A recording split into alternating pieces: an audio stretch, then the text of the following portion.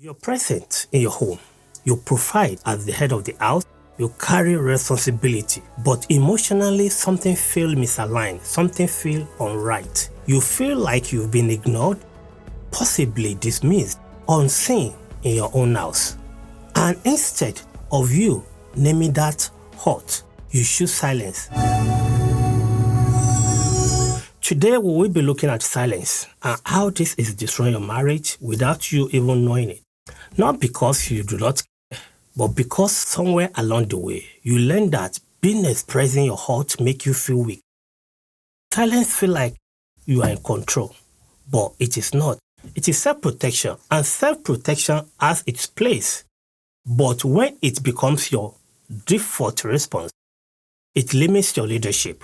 If that is you, this is where we correct it together, okay? Let us make something clear. Yes, you feel ignored, but you have also been silent. And both can be. You cannot blame your wife for an issue you never communicated. If she does not know you are hurt, she cannot respond to it, okay? So if she does not know you feel unseen, you cannot correct it. Silence removes our opportunity to even understand you or what you are going through. And then, when you choose silence, resentment builds up, and she was never given the chance to address this issue. That is not leadership. That is what I call avoidance.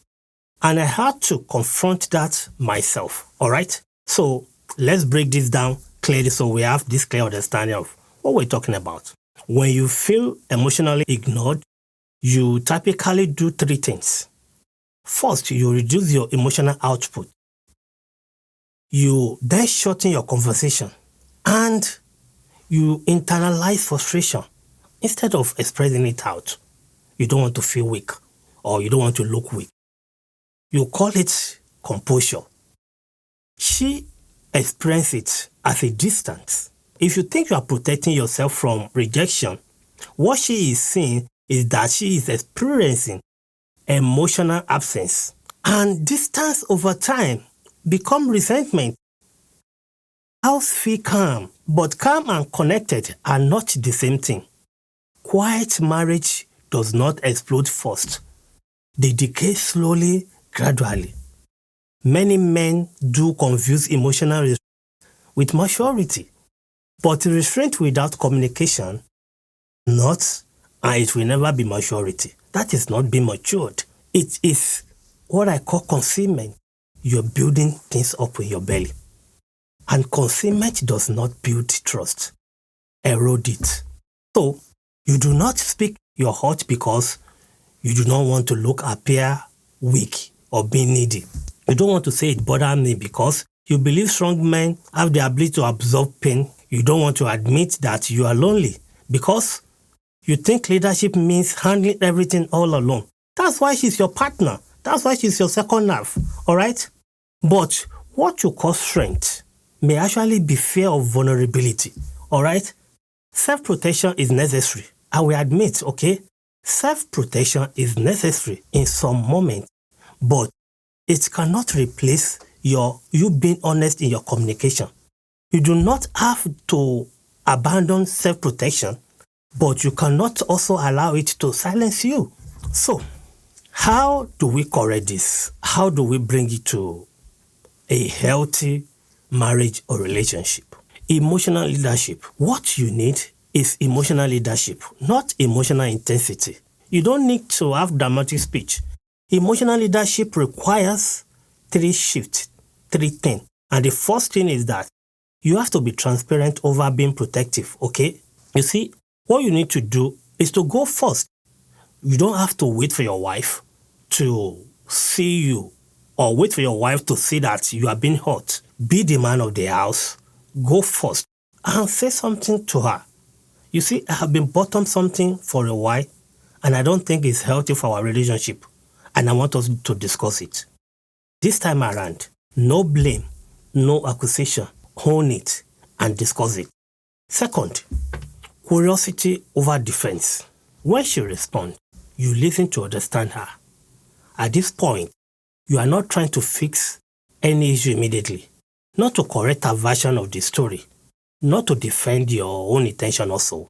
You are listening because leadership creates safety environment for that conversation before you demand change. And third of this is consistency over performance. You have to create the act of being consistency. One honest feeling, share each day. One specific affirmation, one intentional moment of presence. If you start small, be consistent with it, intentional about it. When you continue that way, it builds more trust than occasional or emotional intensity. Now, let me say this. Responsibility does not mean blame. It means ownership. And ownership where leadership begins. If there is a distance in your marriage, both people may contribute, all right? But you are responsible for what you communicate and you are responsible for what you initiate. You are responsible for the tone you set, all right? I'm going to tell you right now that you cannot control her response.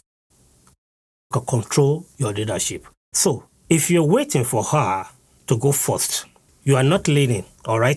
And if you are waiting until you feel safe, you will remain silent and nothing will change. So, courage is not the absence of fear. It is action in spite of it.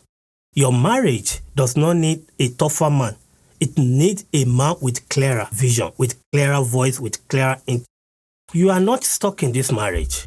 The problem is that you are silent, and silence is a choice. So if this made you uncomfortable, that is good. That is progress, because discomfort often signals truth. So, brethren, if you are serious about leading at home, not just spiritually, but emotionally, I encourage you to subscribe, be part of this family, okay? We are building men who replace silent pride with intentional leadership. I will encourage you to drop the silence today, be the man and go first. Your marriage is worth it. And that is where I'm going to stop for today. So if this encourages you, please like this video, share it so that others can see it. If you're here to be a subscriber, try to be part of the family. See you on the next one. Remain blessed. Bye-bye.